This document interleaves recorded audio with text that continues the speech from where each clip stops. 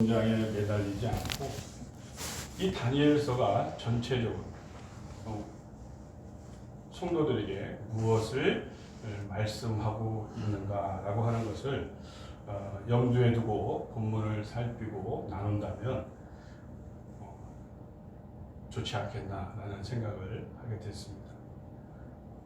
그래서 이제 보다 보니까 오히려 이 다니엘서가 가지고 있는 그 주제를 염두에 두고 본문을 살피면서 설교를 하다 보니까 오히려 그것이 신자들에게 정말 위로가 되고 격려가 된다는 사실들을 생각하게 되었습니다. 신자가 이 세상을 믿음으로 살아가는데 얼마나 힘들고 또 어려운가, 그런 한 신자들에게 권면하는데 또 위로하고 또 힘을 북돋아 주는데 이 다니엘서가 굉장히 유익하다고 생각을 했습니다. 목사님들 다 아시겠지만 이 다니엘서의 주된 주제는 하나님의 절대 주권에 대하여 말씀하고 있습니다. 더불어서 그 하나님의 절대 주권 가운데 하나님의 백성에 대한 하나님의 구원을 강조하고 있습니다. 다들 아시다시피 이 다니엘서는 바벨론 포로기를 그 배경으로 하고 있습니다. 포로의 삶을 살아가는 이스라엘 백성들이 하나님을 온전히 신앙하는 삶에 대한 큰 격려와 용기와 힘이 필요했던 것이 아닌가라고 생각을 하고, 이 다니엘이 이 다니엘서를 통해서 그러한 것들을 그 이스라엘 백성들에게 또 오늘 살아가는 우리 성도들에게 전하고 싶은 그런 메시지가 아닌가 그렇게 생각을 합니다. 오늘 본문은 우리가 너무나도 잘 알고 있는 본문입니다. 목사님들도 아마 몇 번씩 설교 본문으로 삼고 설교를 하시지 않았을까 그렇게 생각을 합니다. 오늘 본문의 핵심 구절은 바로 17절과 18절이라고 생각을 합니다. 느부갓네살 왕이 금신상을 만들어 놓고는 그 나라 안에 있는 누구든지 악기 소리를 듣거든 엎드려 금신상에게 절하라는 그런 명령을 내린 것이죠.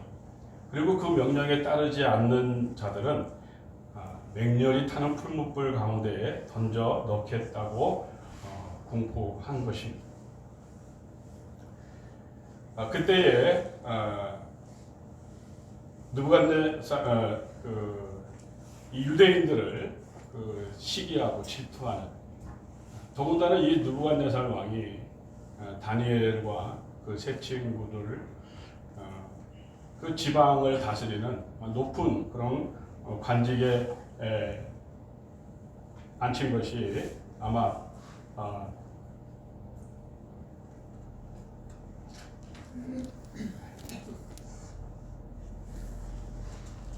그 바벨론 그 사람들에게 커다란 시기와 질투의 마음을 전했을 것으로 생각합니다. 그래서 이 갈대아인들이 사드락과 메삭과 아벳느고를 참소합니다. 오늘 8절에 보면 유다 사람들을 참소했다라고 하는데 바로 그 세 명 다니엘의 세 친구라고 알려져 있는 사드락과 메삭과 아벳느고를 이야기하는 것이죠. 이러한 이야기를 고소에 대해서 느부갓네살 왕이 그들을 잡아오게 하고는 그들의 이 세 친구에게 그러한 사실들을 확인하는 것이죠. 그리고는 그들에게 다시 한번 기회를 준다고 하면서 그가 이 느부갓네살 왕이 이러한 이야기를 합니다. 너희를 내 손에서 건져낼 신이 누구이겠느냐라고 하는 것이죠. 사드락과 메삭과 아벳느고는 하나님을 섬기는 사람들인데 이들이 섬기는 하나님에 대하여 이 느부갓네살 왕이 대놓고 모독을 하는 것이죠.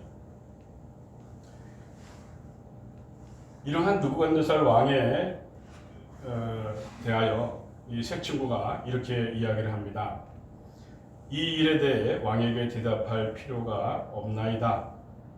그러면서 오늘 제가 중요 구절이라고 말씀드렸던 17절과 18절에 기록된 내용을 말하고 있습니다.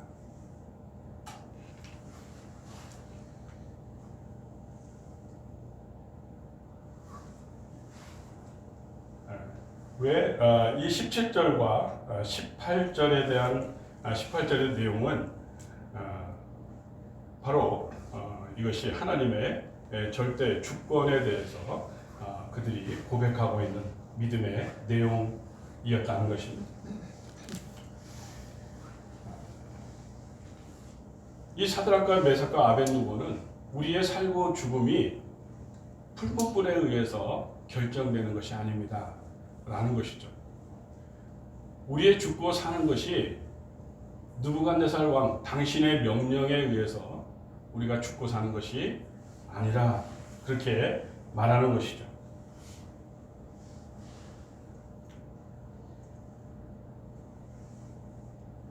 맹렬히 타는 풀무불도 또 천하의 느부갓네살 왕 역시도 하나님을 섬기는 우리의 생명을 어찌할 수 없다고 그들은 고백하고 있는 것입니다. 그리고 18절에서 이렇게 말합니다. 그렇게 하지 아니하실지라도. 이것은 우리가 그들의 신앙의 충직성을 설명하는 측면도 있지만 하나님의 절대 주권에 대한 설명을 하는 측면이 더 강하다고 생각을 합니다. 즉 무슨 말이냐면은 하나님께서는 우리를 살리실 수도 있지만 우리를 순교시킬 수도 있으시다라는 것이죠. 하나님은 우리를 풀무불 속에도 또 느부갓네살 왕의 그런 소나기에서도 우리를 구하실 수 있는, 우리를 살리실 수 있는 하나님이시지만 반면에 또한 우리를 그렇게 하지 않으시고 우리를 순교의 자리로 또 이끄실 수 있는 분이다. 그러한 이 신앙 고백의 내용이 바로 그렇게 하지 아니하실지라도라는 그런 말로 이렇게 나왔다고 보여지는 것입니다.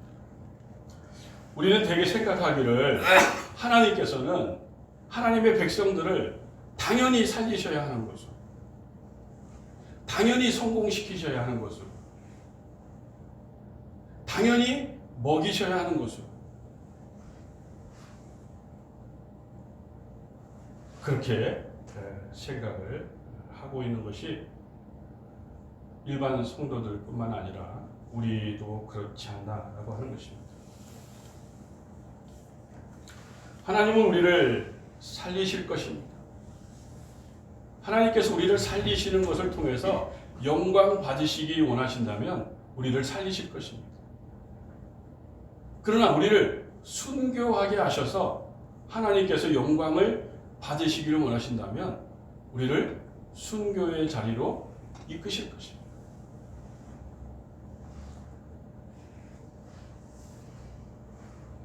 로마서 14장 8절에 보면 우리가 살아도 주를 위하여 살고 죽어도 주를 위하여 죽나니 그러므로 사나 죽으나 우리가 주의 것이로다.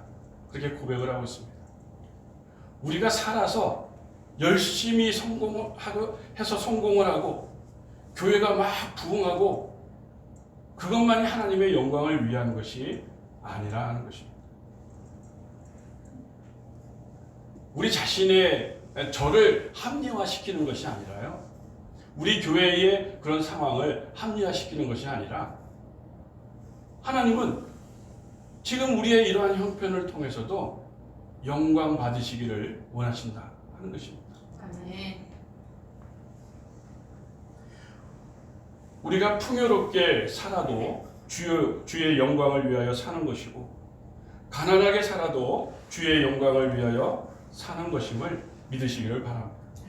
우리가 아파도 우리가 건강해도 주의 영광을 위하여 사는 것임을 믿으시길 바랍니다. 우리 교회가 믿는 사람들이 성도들이 물밀듯이 밀려와서 교회가 부흥하고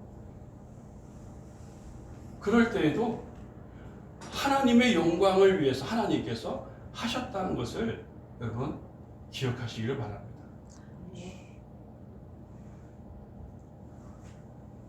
성도들이 나가고 우리는 믿음 말씀대로 잘 하려고 하는데도 성도들이 한 사람 두 사람 떠나고 그래서 교회의 그런 모습이 좀 기울어져 가는 것처럼 보일 때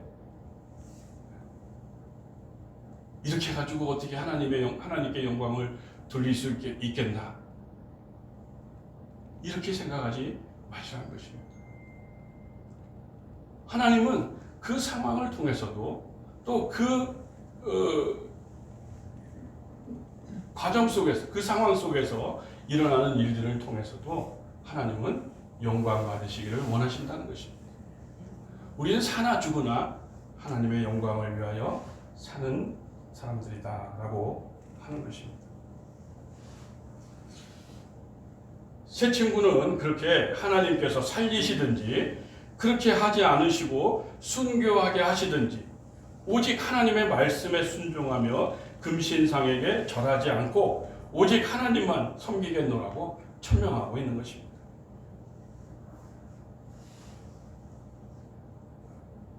우리는 제 경우가 있습니다. 성도들이 나가면 아니면 뭔가 좀 교회에 문제가 생기면 어떻게 그것을 해결해 볼까?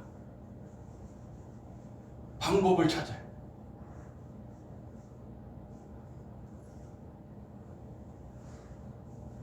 근데 우리가 방법을 찾는 것보다 우리가 하나님의 영광을 하나님께서 영광 받으실 것을 우리가 인정하고 하나님께서 지금 이러한 것도 다스리고 계신다라는 것을 우리가 인정할 때 하나님께서 방법을 찾으시는 줄 믿습니다.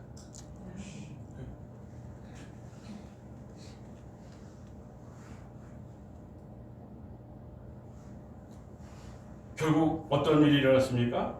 하나님께서 그들을 살리셨습니다. 그들을 살리셨어요. 풀물불 가운데 3배나 더 뜨거운 풀물불 가운데 던져졌지만 하나님께서 그들을 살리셨습니다. 뿐만 아니라 어떻게 됐습니까? 느부갓네살 왕, 이 믿지 않는 이방인인 이 느부갓네살 왕을 통해서 하나님은 찬송을 받으시고 높임을 받으셨습니다. 그것이 28절, 29절의 말씀입니다. 우리 한번 읽어보도록 하겠습니다. 28절, 29절. 느부갓네살이 말하여 이르되 사드락과 메삭과 아벳느고의 하나님을 찬송할지로다. 그가 그의 천사를 보내어 자기를 의뢰하고 그들의 몸을 바쳐 왕의 명령을 거역하고 그 하나님 밖에는 다른 신을 섬기지 아니하며 그에게 절하지 아니하는 종들을 구원하셨도다. 그러므로 내가 이제 조서를 내리노니 각 백성과 각 나라와 각 언어를 말하는 자가 모두 사드락과 메삭과 아벳느고의 하나님께 경솔히 말하거나 그 몸을 쪼개고 그 몸을 쪼개고 그 집을 거룩토로 삼을지니 이는 이같이 사람을 구원할 다른 신이 없으리라 하더라. 네. 하나님께서 이 새 친구가 그렇게 하나님의 다스리심을 인정하고 그 말씀에 순종하며 나갔을 때 그들은 죽음 가운데로 떨어졌지만 하나님께서 그들을 살리셨다는 것이죠. 그리고 그것을 통해서 하나님께서 영광을 받으셨다는 것이죠. 찬송을 받으셨다는 것이죠.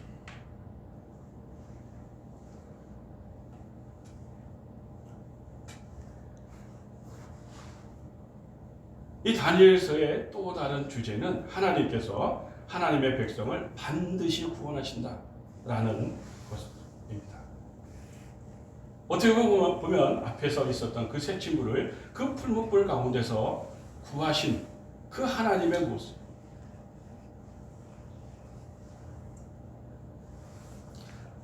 하나님의 소유된 그 하나님의 백성들은 하나님께서 반드시 구하신다라고 하는 거죠. 물론 우리의 이 육신의 생명은 잃어버릴 수도 있습니다. 그러나 우리의 영혼은 하나님께서 결단코 잃어버리지 않으신다는 것입니다. 요한복음 10장 28절에서 29절에 예수님께서 이렇게 말씀합니다. 내가 그들에게 영생을 주노니 영원히 멸망하지 아니할 것이요 또 그들을 내 손에서 빼앗을 자가 없느니라. 그들을 주신 내 아버지는 만물보다 크심에 아무도 아버지 손에서 빼앗을 수 없느니라. 아멘. 풀무불 가운데 던져진 자들도 하나님께서 구하시고 사자굴 가운데 던져진 다니엘도 하나님께서 구하십니다. 하나님께서는 이것을 통해서 지금 바벨론의 포로로 잡혀왔지만 하나님께서 이 포로로 잡혀온 이 이스라엘 백성도 하나님께서 반드시 구원하실 것임을 보여주시는 것입니다.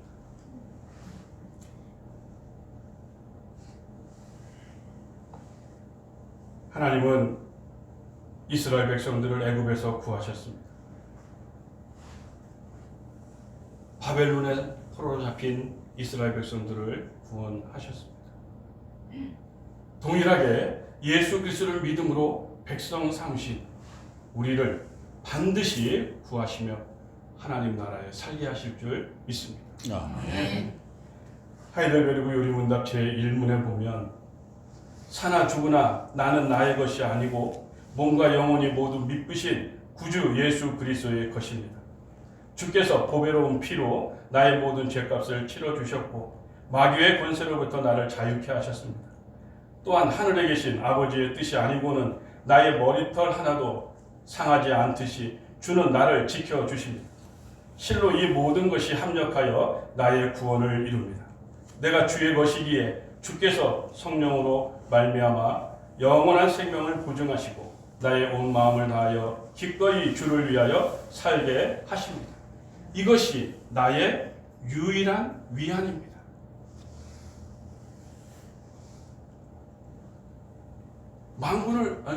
온 천지 만물을 창조하시고 그 만물을 다스리시고 그 만물의 주인 되시는 그 하나님께서 저와 여러분을 예수 그리스도를 믿음으로 말미암아 소유 삼으셨다는 것이죠.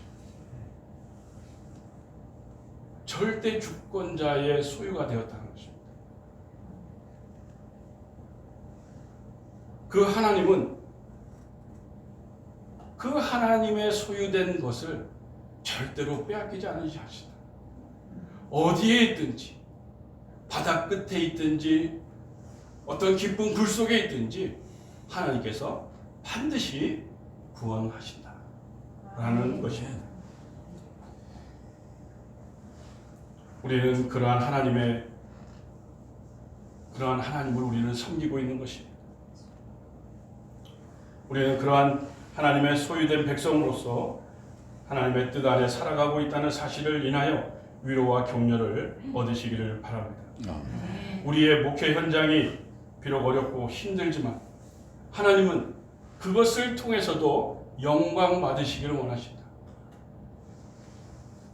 실패한 것처럼 보이지만 하나님은 그러나 실패하지 않으신다. 하나님은 그 상황 속에서도 영광 받으시기를 원하신다는 것입니다. 이러한 사실들을 잘 마음에 간직하시면서 하나님께서 허락하신 동안 끝까지 목회 현장을 지키시면서 잘 감당해 나가시는 저와 여러분 되시길 주의 이름으로 축원합니다. 아멘. 만군의 하나님, 또 만군의 주제이신 하나님 아버지, 우리의 입술을 벌려 하나님의 그 주권을 찬송하고 또 그 주권을